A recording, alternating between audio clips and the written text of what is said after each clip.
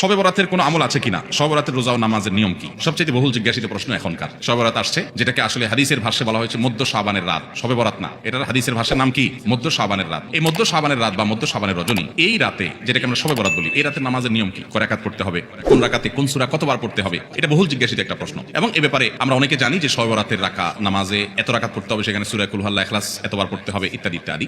লাইলাতুল কদর ছাড়া অন্য যে সমস্ত রাতের ফজিলত আছে, এর মধ্যে 10টা রাতের কথা আল্লাহ তাআলা শপথ করেছেন, ওয়াল ফাজরি ওয়া লায়ালিন আশর। সেই 10টা রাত হলো জিলহজের প্রথম দশক। খবর নেই আমাদের দেশে মানুষের যে রাতগুলো শপথ আল্লাহ কোরআনে বলছেন কত ফজিলতপূর্ণ, কিন্তু জিলহজের প্রথম দশকের রাতের কোনো বিশেষ ফজিলতের কথা আমরা কয়জনে জানি? যাই হোক, মধ্য শাবান রজনীর কথা আমরা বেশি জানি শুধু না, সবচেয়ে বেশি আমরা এই রাতে ইবাদতের চেষ্টা করি। তো সবচেয়ে বেশি চেষ্টা তো হওয়া উচিত হলো লাইলাতুল কদরে। এর পাশাপাশি যদি কেউ মধ্য শাবানের রাতে আল্লাহ তাআলার ক্ষমা লাভের চেষ্টা করে, সেটা দর্শনীয় না, সেটা জায়েজ। এই রাতের এতটুকু ফজিলত অবশ্যই প্রমাণিত যে আল্লাহ রাব্বুল আলামিন এই রাতে হিংসুক ছাড়া, মুশরিক ছাড়া বাকি মানুষগুলোকে সাধারণ ক্ষমা ঘোষণা করেন। অতএব এই রাতের একেবারে কোনোই ফজিলত নেই, ব্যাপারটা সেরকম না। বিভিন্ন হাদিসের আলোকে এটুকু অন্তত সাব্যস্ত হয় যে আল্লাহ তাআলা হিংসুক এবং আপনার মুশরিক ছাড়া, মানুষের পিছিয়ে লাগে শত্রুতা, এই মানুষটা বাকি মানুষ থেকে মাফ করে। তাহলে মধ্য শাবানের রাত বা যেটাকে শবে বরাত বলছি আমরা, এই রাতের মূল আমলই হলো, এটাকে কেন্দ্র করে মূল আমলই হলো নিজেকে শিরক এবং হিংসা থেকে পরিচ্ছন্ন করা, সাধারণ ক্ষমার উপযুক্ত করা, এটা হলো মূল আমল। বাস, এর বাইরে আপনি ক্ষমা লাভের জন্য যদি চেষ্টা করেন, সেটা কোনো দর্শনীয় বিষয় নয়। তবে এই রাতকে কেন্দ্র করে বিশেষ ফরম্যাটে নামাজ, রাত জেগে, তারপর বিশেষ ফরম্যাটে ইবাদত, এই সূরা এতবার, এই নামাজ এত রাকাত, এরকম কোনো কথা কোরআন হাদিসে বর্ণিত হয়নি।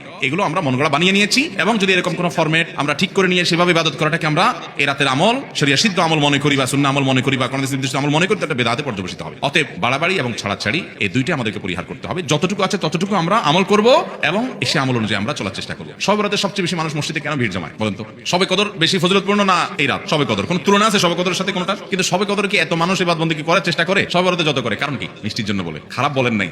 আমি ছোট আমার মনে আছে এক মসজিদে সারা রাত শবে বরাতে এরকম দোয়া দরুদ হয়েছে। এবার শেষে মিষ্টি বিতরণ হচ্ছে, জিলাফি দিত আর কি তখন। তো জিলাফি দেওয়া হচ্ছে, তো এক আল্লাহর বান্দা তার যে জিলাফি দিচ্ছে সবার দুটা দুটো করে দিচ্ছে, ভুলে তার একটা পড়ছে। পরে সে জিলাপিটা নিয়ে আসে বাইরে, ওই মুয়াজ্জিন বেচারা 14 গোষ্ঠী গালিগালাজ করতে করতে বলতেছে যে সারা রাত বেটা সবচেয়ে বেশি কাঁদলাম আমি, আর দিছে আমার একটা। আল্লাহর কাছে এই নসিব চাই এই একটা জিলাপি নিয়ে পাইলাম। সে কাঁদতে কাঁদতে মুয়াজ্জিন গালিগালাজ করতে করতে যাচ্ছে। আমার ছোটবেলার ঘটনা। যাই হোক, তো মিষ্টির জন্য যায় না, এটা পুরোপুরি সঠিক না। এত অভাব পড়ে না যে সারা রাত মানুষ মসজিদে পড়ে থাকবে একটু মিষ্টির প্যাকেটের জন্য, আমার মনে হয় না। আমার যেটা মনে হয়, সবচেয়ে বেশি মানুষ এই রাতে ইবাদতবন্দির চেষ্টা করে, কারণ মানুষ মনে করে এ রাতে ভাগ্য নির্ধারণ হয়। অতএব এক রাতে ইবাদতবন্দি করে যদি সারা বছরটা ফাইনাল করে ফেলতে পারি, মন্দ কি? এই হলো মূল কাহিনী। আল্লাহ তাআলা আমাদেরকে বিশুদ্ধ পদ্ধতিতে ইবাদতবন্দি করার তৌফিক দান করুন। তাহলে ভাইরা আমার, মধ্য শাবানের রজনীতে আমরা আল্লাহ তাআলার কাছে ক্ষমার উপযুক্ত হওয়ার জন্য, হিংসা শিরক থেকে মুক্ত হওয়ার চেষ্টা করব। ক্ষমা পাওয়ার জন্য প্রচেষ্টা আমাদের থাকবে। কিন্তু ওই যে বেদাতি পন্থায় বিশেষ ফরম্যাট ঠিক করে ইবাদত, নামাজ, হালুয়া রুটি খায় মানুষ। হালুয়া রুটি কেন খায়? কেন খায় হালুয়া রুটি ভাই? সারা দেশে অনেক জায়গায় এখনো এটা হালুয়া রুটি ওই দিন বানাবে মানুষ। হালুয়া রুটিটা কেন হয় বলেন তো? বলে যে নবী সাল্লাল্লাহু আলাইহি ওয়াসাল্লাম উহুদের যুদ্ধে তার দন্দান মুবারক শহীদ হয়েছে, এই জন্য উনি শক্ত খানা খাইতে পারতেন না, হালুয়া খাইতেন, এই জন্য আমরা হালুয়া খাই।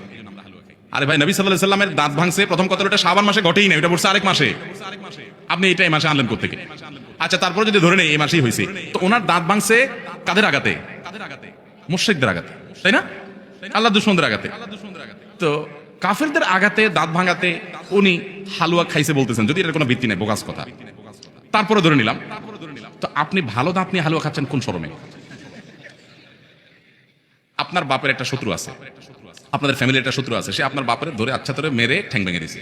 আপনার বাপ বেচারা ওই ভাঙা ঠ্যাং নিয়ে একটা লাঠি নিয়ে ভর করে করে খোড়ায় খোড়ায় উনি হাঁটেন, কারণ পা ভেঙে গেছে বেচারা।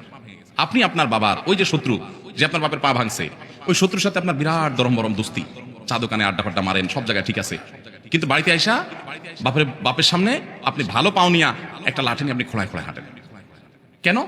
বাবার প্রতি সহমর্মিতা দেখা, যে আমার বাবার যেহেতু পা ভেঙে দিছে, এই জন্য বাবা খোঁড়া খোঁড়া হাঁটে, আমি এখন ভালো পাও নিয়া লাঠি নিয়ে খোঁড়ায় খোঁড়ায় হাঁটতেছি। কি বলেন? এই দৃশ্য যদি দেখে আপনার বাপে কি করবে?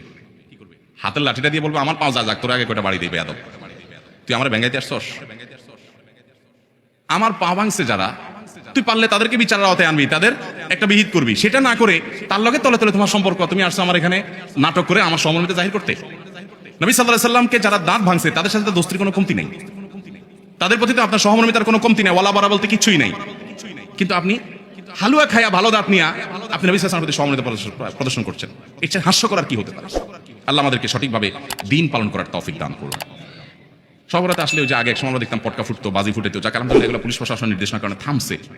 এরপরে ওই যে আতশবাজি করা, রাতে গোসল করা, অনেক তামাশা আমাদের সমাজে আছে শবে বরাতকে কেন্দ্র করে, শত শত বেদাতের আয়োজন এই রাতকে কেন্দ্র করে আছে। আল্লাহ আমাদেরকে এগুলো থেকে বেঁচে থাকার তৌফিক দান করুন।